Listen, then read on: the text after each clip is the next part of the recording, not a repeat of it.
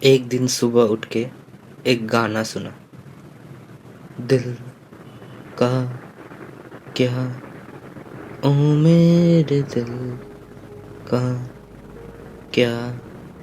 और मुझे ये सवाल आया, सही में दिल का क्या? तो इस दिल को थोड़ा ठंडक देने के लिए, कुछ पल बाकी दुनिया से दूर बिताने के लिए, I thought to myself, why not Andamans. Hello, I am Sandy and welcome to Andamans. इस वीडियो में मैं आपको एक कंप्लीट इटरनरी तो देने ही वाला हूँ, पर साथ में ये कोशिश करूँगा कि आपको यहाँ की खूबसूरत और दिलकश जगहों का एक्सपीरियंस भी महसूस करवा सकूँ। So our day 1 starts with you arriving at Port Blair and staying there. हम वहाँ पहुँचकर मेगापोर्ट रिसोर्ट पे रुके थे क्योंकि वो एयरपोर्ट से नज़दीक था। The view of the hotel is amazing. As you can see, the calm sea, ferries going by, and the lush green scenery around. अगर आप पोर्ट ब्लेयर दिन में जल्दी ही पहुंच जाते हो, then you can visit the cellular jail and the marine park. Cellular jail is a must visit as you can see a part of history. आप यहाँ आके देख और फील कर सकते हो कि हमारे फ्रीडम फाइटर्स को कैसे यहाँ रखा जाता था और उन्हें कैसे टॉर्चर्स का सामना करना पड़ता था। यहाँ का टाइमिंग्स है फ्रॉम 9 AM to 12 PM और 2 PM to 5 PM. On day 2, you can visit the Ross Island and the North Bay Island. आपको बोट मिल जाएगी from Rajiv Gandhi water sports complex, but make sure कि आप वहाँ सुबह 9 बजे तक बिल्कुल पहुँच जाए to get a shared ferry. We instead decided to take a cab और हम लोग रॉस आइलैंड छोड़ के सिर्फ नॉर्थ बे आइलैंड घूमने का ही डिसाइड कर लिया। और बिल्कुल सही ही कहते हैं, सफर का लुत्फ उठाओ, मंजिल तो आ ही जाएगी। और जब सफर हो इतना हसीन तो फिर क्या ही कहना। Going through the road with lush green forest on one side and the calm sea on the other side. ये सफर यादगार ही बन गया हमारे लिए। You guys also enjoy this experience.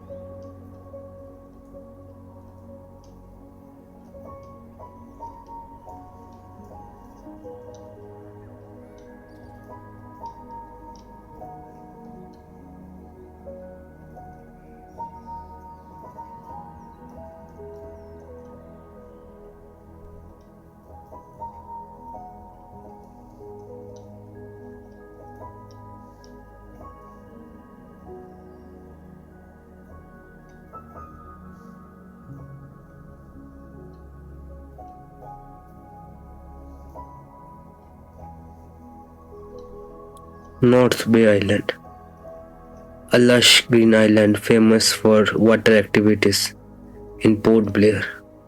आप यहाँ आकर स्कूबा डाइविंग कर सकते हैं, स्नॉर्केलिंग और ग्लास बोट राइड का भी एंजॉय कर सकते हैं।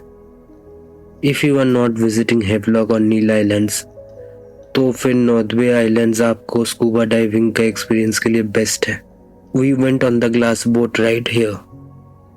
The boat takes you into the deeper waters. और आप वहां जाकर उस बोट से ही सी कोरल्स और फिशेस को देख सकते हैं।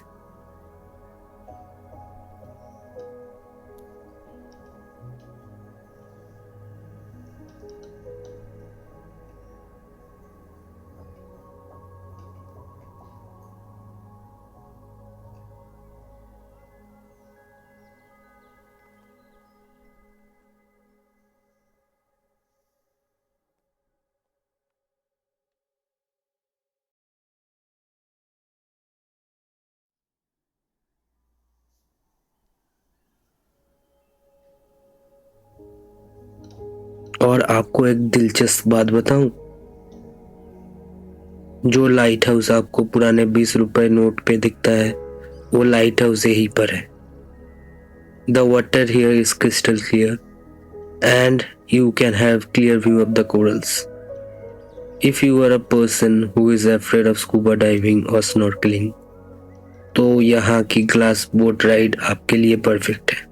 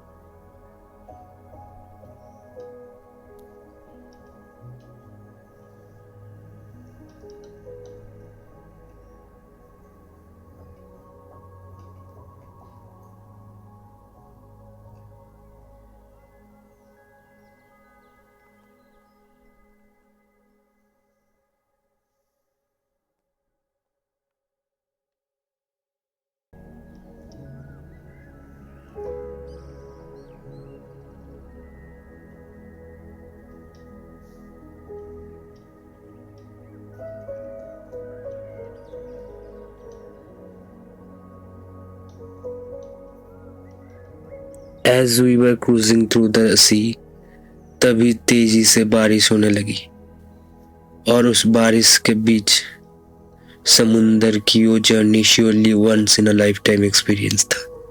Though we got wet, our hearts were filled with the pleasure of having a wonderful experience.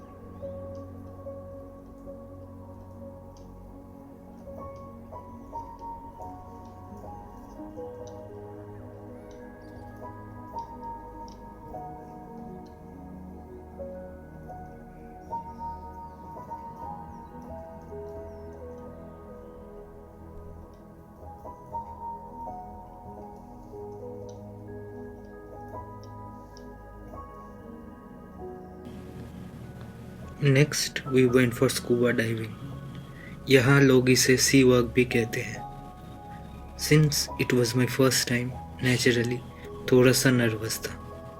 But जैसे ही मैं पानी के नीचे उतरा और कोरल्स और कलरफुल फिशेस को अपने पास स्विम करता हुआ देखा, तो दिल पूरा गार्डन गार्डन हो गया। एक अलग ही दुनिया थी। I even tried catching a few fishes, लेकिन वो तो बस एक कोशिश ही रह गई।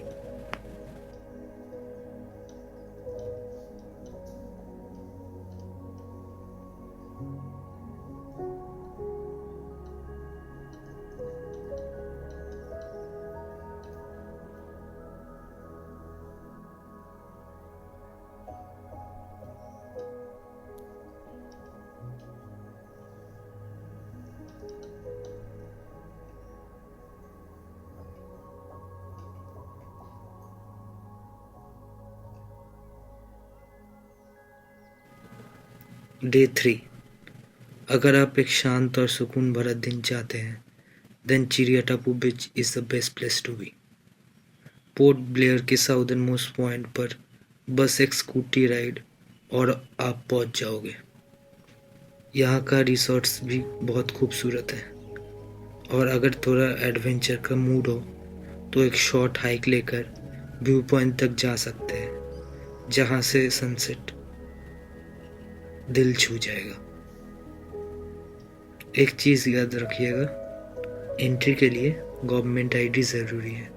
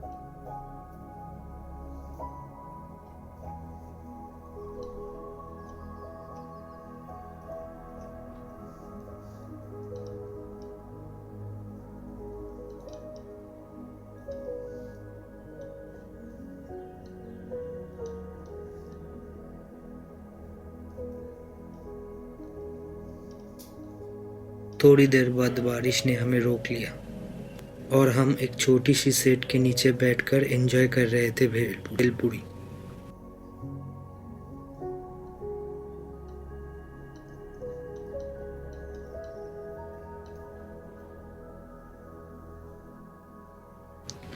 हमारा स्टे था सिम्फनी समुद्र रिसोर्ट, एक ऐसी जगह जहां हर नज़ारा तस्वीर जैसा लगता है।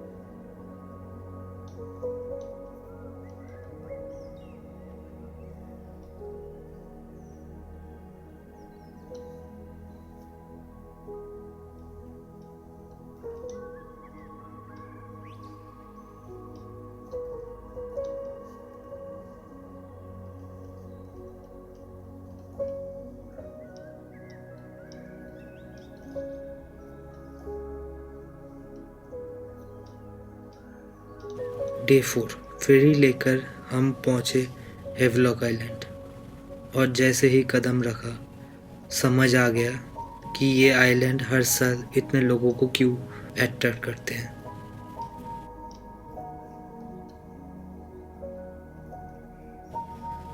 स्कूटी रेंट करके पूरे आइलैंड का चार्म एंजॉय करना is a best way.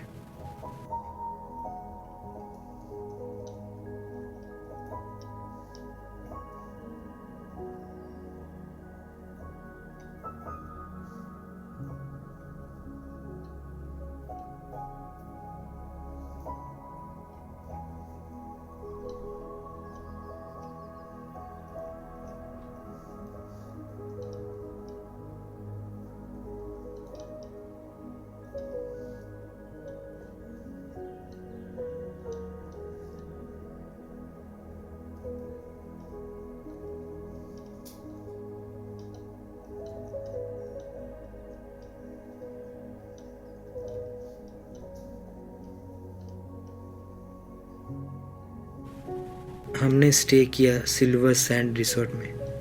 A resort not just with scenery, but with a swimming pool, a private beach, a sea-facing bar, and beautiful cottages.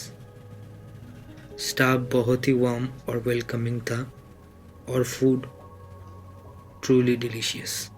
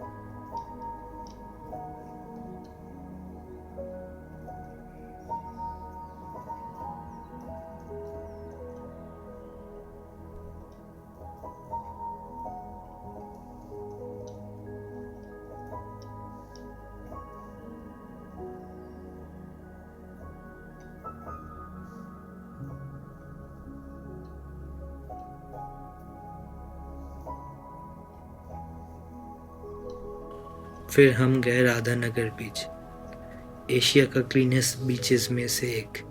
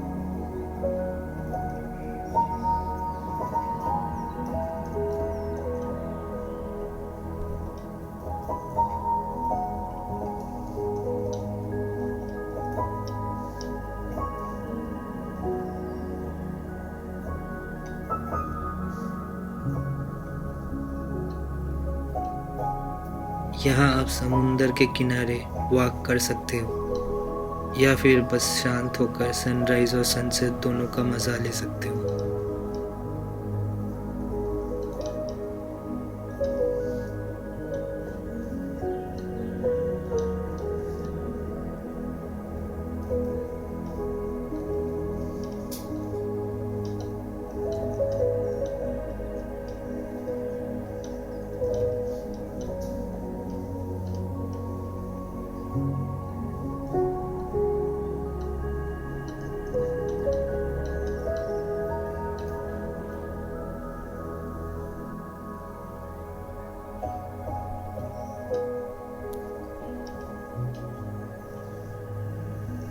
Resort लौटने पर जो रात का नज़ारा था, छोटी छोटी येलो लाइट्स ट्रेल के साथ, एक मैजिक मिस्टीरियस फील दे रहा था, जैसे कहीं इमेजिनेशन के अंदर चल दी हो।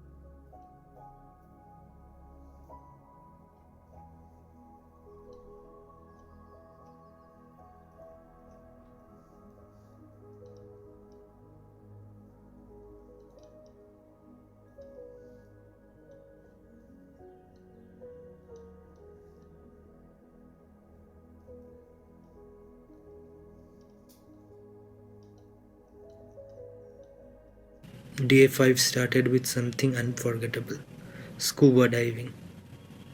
हमें अपना स्लॉट बुक किया था पहले ही, सुबह 5:30 का। कार हमें पिक करने आ गई 5 बजे। हम सोच रहे थे इतनी सुबह अंधेरा होगा, लेकिन यहाँ तो सनराइज़ बहुत जल्दी होता है। नॉर्थ बे आइलैंड में पहले एक बार स्कूबा डाइविंग कर चुके थे, तो इसके लिए इस बार हम किए boat diving. In boat dive आपको समुंदर में 1 किलोमीटर लिया जाता है and you dive from the boat. सिर्फ यही अच्छा नहीं है, as you dive in greater depths आपको और भी अच्छे कोरल्स और फिशेस देखने को मिलता है। और उस अंडर वाटर वर्ल्ड का एक्सपीरियंस ट्रूली मैजिकल, जैसे मैं खुद फाइंडिंग नीमो का एक सेट पे चला गया हूँ।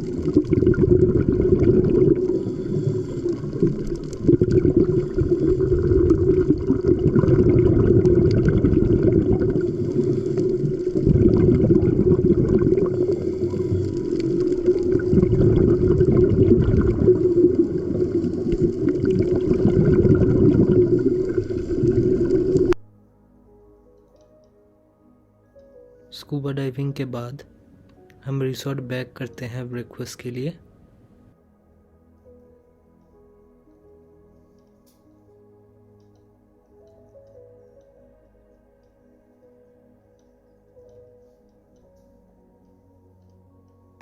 Later we visited Elephant Beach, taking a ferry.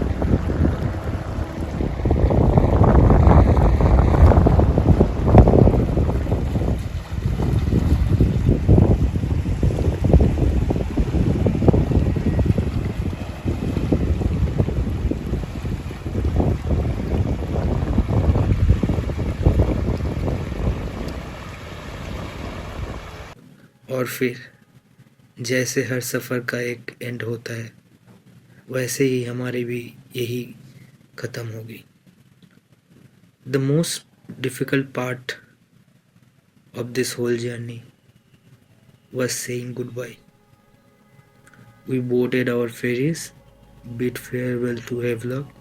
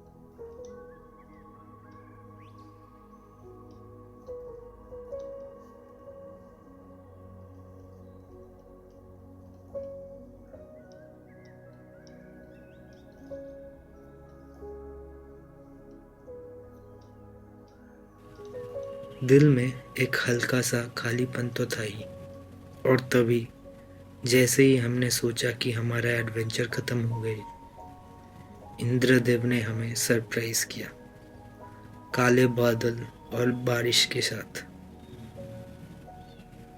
समुंदर के बीच फेरी एक तरफ से दूसरी तरफ डोल रही थी और हम बारिश को समुंदर के ऊपर गिरते हुए देख रहे थे। It was a moment both thrilling and magical. एक याद तो हमेशा साथ रहेगा।